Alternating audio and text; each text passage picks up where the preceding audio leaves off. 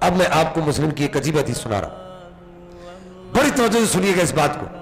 نبی پاک باغ میں بیٹھے ہوئے، ایک 225 سال کا صحابی،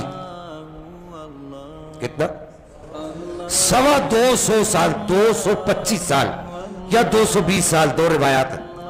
یہ صحابی نبی پاک علیہ السلام کی بارگاہ میں آ کر کھجوریں پیش کرتے ہیں۔ نبی پاک وہ کھجوریں کھاتے ہوئے اس صحابی کو دیکھتے اور دیکھ کر مسکراتے ہیں۔ مسکراتے ہیں سرکار سے یہ صحابی عرض کرتے ہیں، یا رسول اللہ، ہاں ہاں ہاں ہاں، کیا بات کہی اعلیٰ حضرت نے، کیا خوب ارشاد فرما، ہو نہ ہو آج کچھ میرا ذکر حضور میں ہوا، ورنہ میری طرف خوشی دیکھ کے مسکرائے کیوں۔ کہ صحابی کا یہ عقیدہ تھا کہ اگر محبوب مسکرا رہے ہیں تو اس کا مطلب یہ ہے کہ جنت کی حوریں مجھ پر رش کر رہی ہیں۔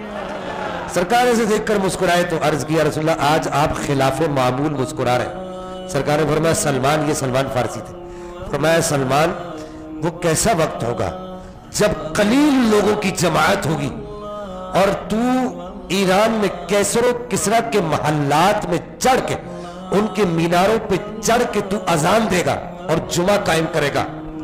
بات گئی، وقت گزر گیا، نبی پاک دنیا سے تشریف لے گئے۔ یہ حدیث یہاں تک ذہن میں رکھنا، نبی پاک دنیا سے تشریف لے گئے بظاہر۔ حضرت ابوبکر صدیق نے 2.5 سال حکومت کی، پھر حضرت سیدنا ابوبکر صدیق کا آپ نے خلافت کے فرائض سر انجام سنبھالے، پھر حضرت عمر فاروق کا وقت آ گیا۔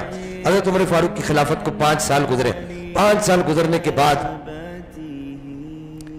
اس طرف ایک بہت بڑی نہر ہے، بیچ میں نہر ہے، اس طرف کیسر و کسرا کے محلات ہیں، اور اس طرف جو ہے وہ صحابہ کرام کی ایک قلیل سی جماعت جو ہے وہ بیٹھی ہوئی ہے اور پیچھے دوسرے صحابہ کے آنے کا انتظار کر رہی ہے۔ حضرت سعد بن ابی وقاص اس فوج کے کمانڈر ہے اور حضرت سیدنا عمر فاروق نے اس کو بھیجا ہے فوج کو کہ جاؤ ایران کو فتح کرو۔ اب جمعہ کا دن ہے، حضرت سلمان فارسی بیٹھے ہوئے ایک صحابی سے پوچھتے، کہتے یار بتاؤ آج دن کون سا ہے؟ کہا جمعہ کا دن ہے۔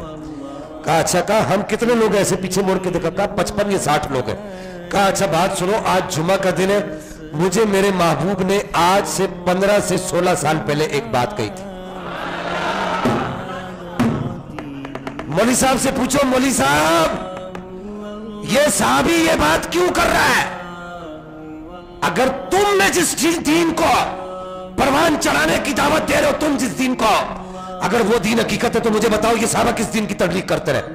اور گمسان کا جنگ چھڑنے والا ہے اور میدان جنگ کے اندر صحابی پوچھتے ہیں بتاؤ دن کون سا ہے؟ کہا جمعہ کا دن ہے۔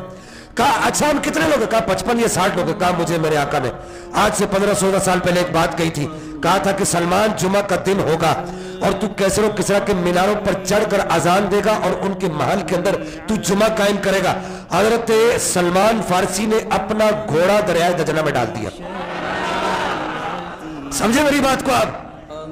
10 تو 10 صحرا بھی نہ چھوڑے ہم نے، باہر ظلمات میں دوڑا دیے گھوڑے ہم نے۔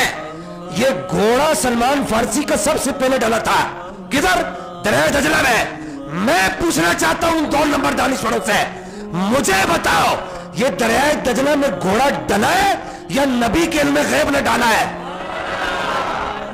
کیونکہ سلمان فارسی کا عقیدہ یہ تھا کہ میرے سونے نے کہا ہے کہ میں وہاں جا کے جمعہ پڑھاؤں گا تو دریا مجھے خود رستہ دے گا۔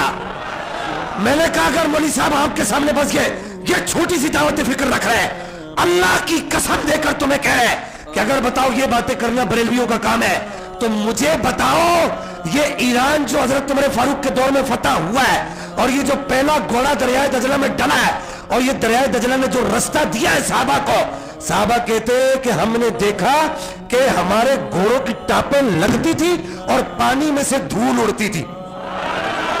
تو نے دیکھی نہیں ہے عشق کلندر کی دمال، پاؤں پتھر پہ بھی پڑ جائے تو دھول اڑتی ہے۔ تو یہ جو سب کچھ ہوا ان سے پوچھنا چاہتا ہوں بتاؤ یہ صحابہ کا کمال تھا یا نبی کے علم غیب کا کمال تھا؟ تم کہتے ہو یہ بریلویوں کی باتیں ہو۔ میں نے کہا مولوی صاحب بیعت صحیح نا، تجھے دن میں تارے نہ دکھائے تو احمد رضا کے غلام نہیں ہے۔